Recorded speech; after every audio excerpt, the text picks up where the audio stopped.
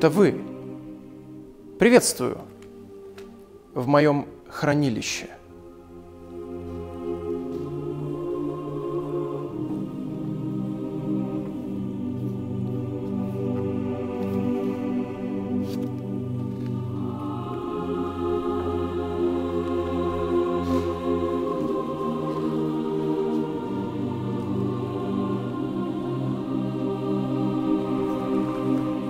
Я хранитель.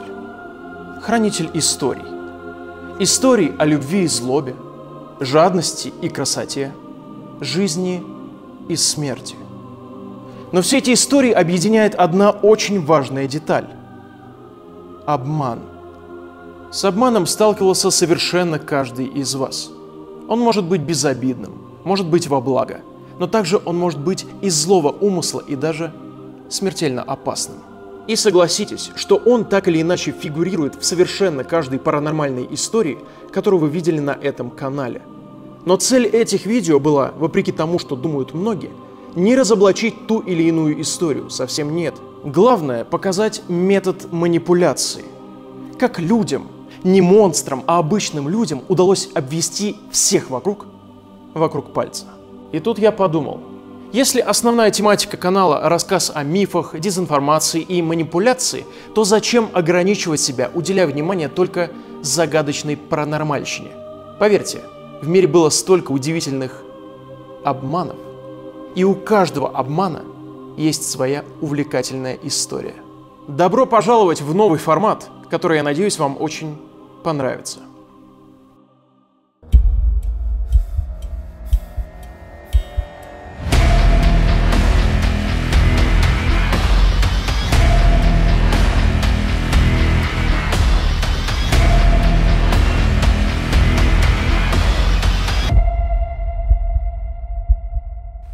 Но довольно предисловий. Предлагаю выбрать первую историю на сегодня. Так. Доктор Браун. Это интересно. Очень неоднозначный сюжет, который каждый может воспринять по-разному. Я бы назвал его «Незнакомец».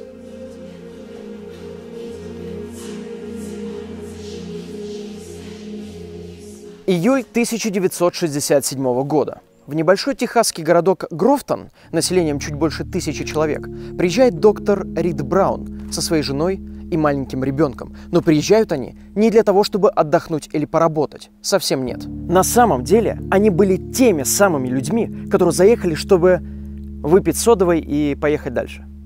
Нагнетать на пустом месте как смысл жизни. На самом деле, когда они уже собирались выйти из местной аптеки, в нее забежал мальчик с сильным порезом на ноге и просил кого-нибудь помочь. Доктор Рид, не думая, взял все необходимое у аптекаря и сделал 12 стежков, которые вполне возможно спасли пацана от какой-нибудь инфекции. Ведь, как оказалось, в городе не было своего доктора. Один уехал много лет назад, а другие не приживались и также уезжали. В общем, помощь не осталась незамеченной. Его попросили переночевать в городе, чтобы наутро он проведал престарелого родственника одного из горожан. Слово за слово, тот больной, никто никому помочь не может. И, короче, он остался в городе, чтобы какое-то время всех полечить. Ему предоставили клинику и место для своего магазина. И он стал не только местным врачом, но и другом для каждого соседа. Если не было денег, не проблема. А если были, брал он за прием все равно немного. Мелкие операции, прием родов, швы – все это он делал. Но если случай серьезный, то, разумеется, отправлял людей в большую клинику в городе, где могли провести хирургическое вмешательство. Но самое главное, он слушал людей, знал про их проблемы, давал им выговориться и помогал. Это неудивительно, ведь он 4 года проработал в психбольнице и лечил там пациентов. Все вокруг были в восторге, многие говорили, что только он смог их, наконец, вылечить. Так в чем же, собственно, проблема? В том, что он заказал лекарство из того же места, откуда заказывает лекарство настоящий доктор Рид Браун. Человек, который приехал в город и успешно лечил людей, на самом деле не был доктором. И звали его Фредди Брандт. И что самое интересное, его жена не знала, что он не настоящий доктор. Более того, Фредди Брандт был преступником. Вот это нагнетание уже интереснее, да? Чтобы понять, как это произошло и зачем, нужно вернуться назад. Фредди родился и жил в нищете, без отца. Чтобы начать работать, в 5 классе бросил школу. Спустя несколько лет пошел в армию. В подразделении первый раз столкнулся с тем, что нужно было учиться лечить товарищей, которые получали ранения. Ну а в 1949 году, будучи в отпуске и пьяным, ограбил с друзьями банк. Разумеется, его посадили в тюрьму. И тут все становится еще более комично. Через 2 года его в тюрьме ударили ножом. И, разумеется, отправили в больницу, где его подлечили. Он походил по коридорам, увидел, что на входе никого нет, и просто вышел на улицу. И пошел. Звучит как чушь, понимаю, но мне кажется, в нашем мире и не такое бывает. Его еще раз поймали и дали еще 2 года. Но он вообще не чувствовал себя преступником. От безысходности даже начал читать все юридические книги, которые мог найти, и вот что он рассказал в одном интервью. Я не спорил с обвинительным приговором, но мне почему-то казалось, что обвинений слишком много. Поэтому я продолжал читать юридические книги, пока не нашел парня с таким же делом, как у меня, и не подал ходатайство об исправлении приговора. Я получил 4 года в федеральной тюрьме и 5 лет условно. Но так как я уже отсидел это время, они отпустили меня. После выхода из тюрьмы он устроился лаборантом в больницу Теннесси, ведь еще с армией думал пойти в эту профессию. И знаете, кому он помогал? Доктору по имени Рид Браун. Доктор учил его принимать роды, проводить небольшие операции, и у Фредди неплохо получалось. Со временем он даже начал ходить на собрания хирургов, учиться там и полностью посвятил себя этому. Но его мечта рухнула, когда в анкете для поступления в медицинскую школу он прочитал следующее. Если вы были осуждены за уголовное преступление, то вы не можете заниматься медициной. Самому быть врачом, в смысле. Но буквально в эти же дни он увидел объявление, что в больницу штата Террелл требуется доктор, который будет работать с психически больными людьми. И тут здравый смысл куда-то испарился. Он сделал репродукцию лицензии настоящего доктора Рида и отправился туда. Да.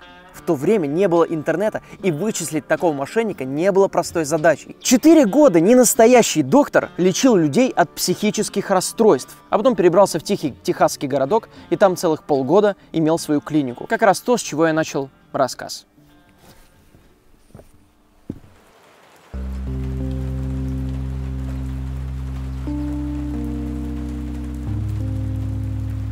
Но безумное совпадение, что настоящий и фейковый доктор заказали лекарства из одного места, сделало свое дело.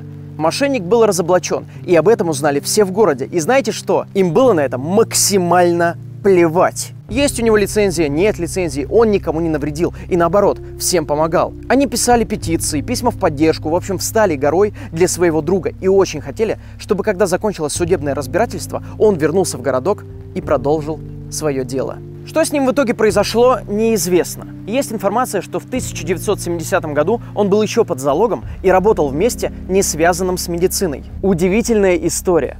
Но забавно, знаете что? В газете пишут, что люди должны были давно догадаться, что это мошенник. По крайней мере, по его почерку. Я мог разобрать его почерк, а вы знаете, что никто не может прочитать предписание врача. То есть, понимаете, над этим смеются не только у нас. Это интересно. Милая история, не правда ли? Думаю, что вы сейчас больше на стороне не настоящего доктора, который помогал людям. Может, вы и правы, но есть парочку «но». Во-первых, настоящий доктор Рид отрицал, что он кого-то учил принимать роды, и вообще он первый раз видит этого человека. Окей, это еще ничего не значит, но есть кое-что посерьезнее. Если вы поищете Фредди Бранта в интернете чуть подольше, то наткнетесь на интересное судебное дело. Некий Брюс убил свою жену, был осмотрен 2 психиатрами, и они пришли к выводу, что он сумасшедший. Его принудительно отправили в психбольницу Террелла, где он встретил ненастоящего доктора Рида. И, внимание, этот доктор Рид, точнее Фредди Брант, выписал его из больницы, хотя ему, по заверению других врачей, требовалось длительное лечение. Там же написано, что все-таки Фредди посадили за все это на 5 лет. И теперь все не так однозначно. Может, все гладко только со слов людей, которые, может, и нормальной медицины никогда не видели. А что если каждый может заявить, что он доктор, и на самом деле издеваться над людьми, выписывая им какую-нибудь отраву? Можно ли скинуть такой серьезный обман, как работа врачом без лицензии, на желание помочь людям? Как я и сказал ранее, история неоднозначна, и каждый сам решит для себя, была ли это ложь во благо, или же все не так просто. Ну а мы переходим ко второй истории. Да, то, что нужно. Еще один доктор. Иоганн Берингер. На этот раз это правда доктор, но речь скорее пойдет о его увлечениях, а именно сборе окаменелостей. Я бы назвал эту историю «Бессмысленная конкуренция».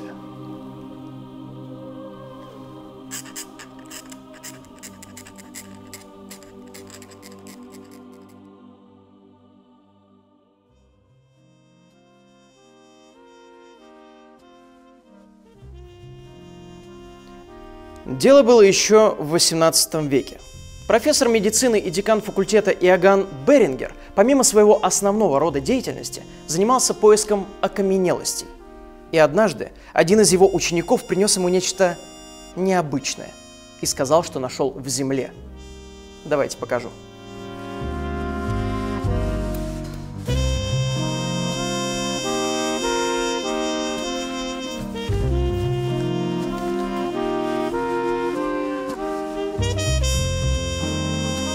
Это камни, на которых четко видны лягушки, пауки, рыбы и птицы. Безумная детализация, и все очень анатомически верно. Особенно вот эта птица. Но не смейтесь раньше времени. Сейчас вы все поймете. 18 век. Тебе приносят что-то, чего ты раньше не видел, поэтому нужно посмотреть самому. Он отправился на это место и нашел там еще кучу таких камней. Ваша реакция, в принципе, очевидна. Окаменелости ведь выглядят совсем по-другому. А это какая-то чушь и явная дешевая подделка. Но давайте-ка я вам кое-что расскажу. В те времена, даже если ты был человеком науки, это никак не противоречило тому, что ты верил в разумный замысел, Бога и много-много другого, так сказать, не поддающегося объяснению. Чтобы вы понимали, в то время люди науки всерьез рассматривали делювиальную гипотезу. Буквально всемирный потоп. И реальное происхождение окаменелостей до сих пор оспаривалось. А поэтому то, что я скажу дальше, не должно вас удивлять. Скорее всего, Берингер прекрасно понимал, что это не были отпечатки настоящих животных. Это было бы даже глупо, ведь на некоторых камнях были оргии и крутые вечеринки, а на некоторых были надписи на иврите. И хоть он ничего наверняка не утверждал, но высказывал предположение, что... А впрочем, слушайте сами. Фигуры, изображенные на этих камнях, настолько точно соответствуют размерам камней, что можно было бы поклясться, что они являются работой очень дотошного скульптора. Получается, он прекрасно понимал, что это дело рук...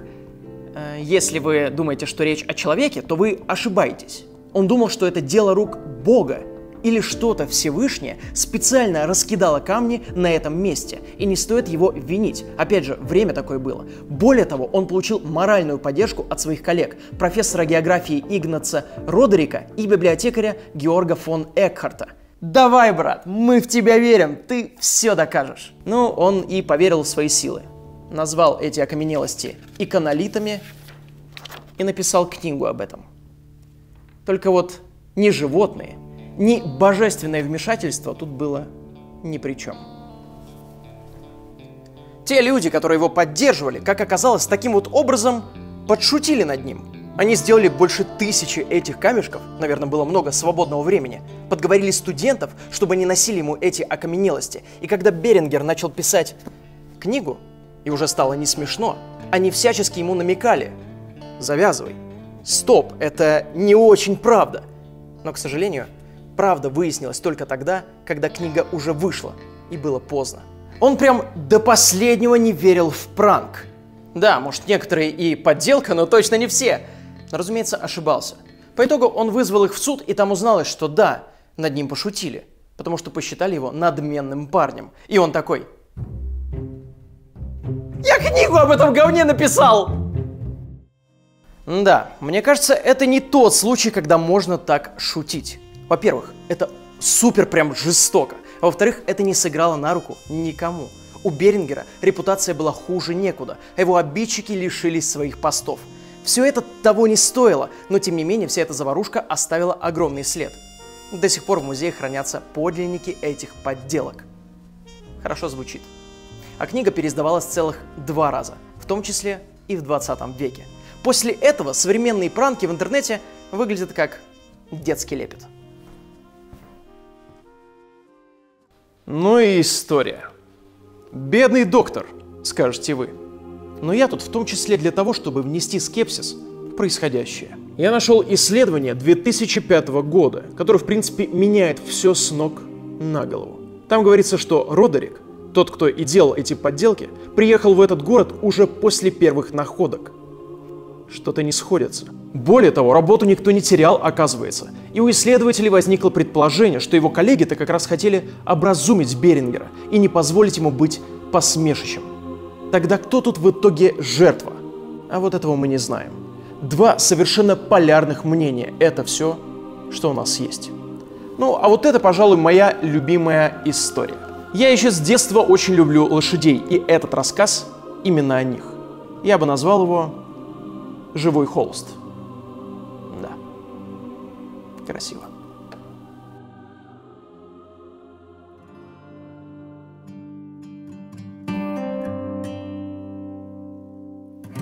Все произошло в первой половине 20 века в Штатах. Скачки очень популярны, люди делают ставки, могли даже на этом поднимать целые состояния. Но методы победителей были, так скажем, не очень правильными и гуманными. Существует английское слово ringer, которое Google переводчик распознает как «звонящий». Но у этого слова есть еще одно значение – точная копия.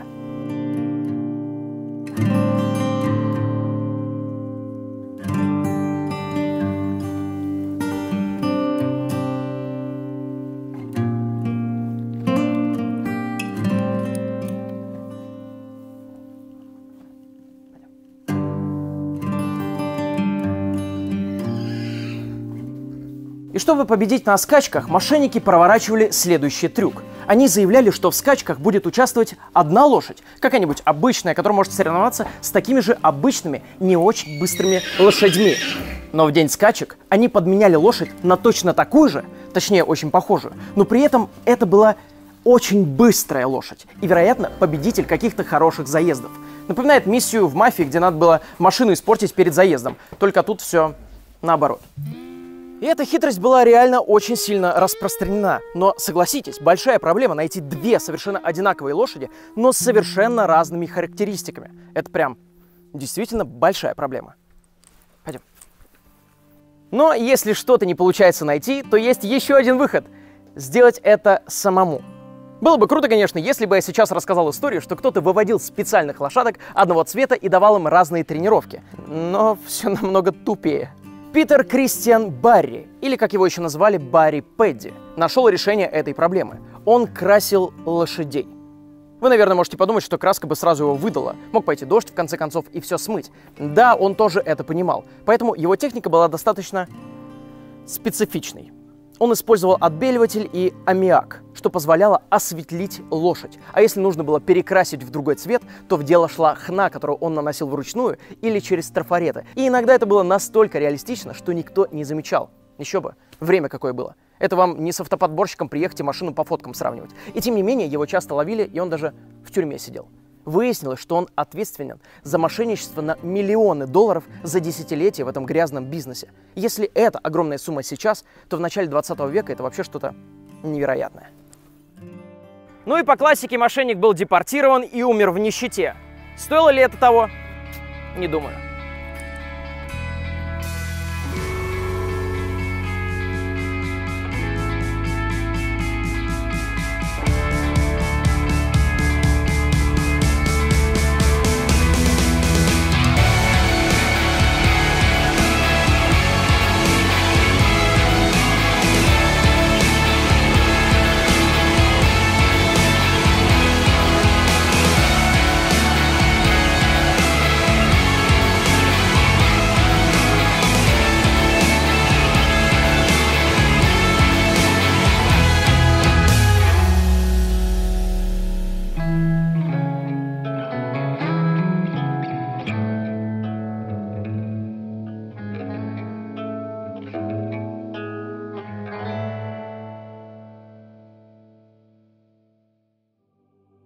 Это всего лишь один из сотни мошенников, которые промышляли на скачках.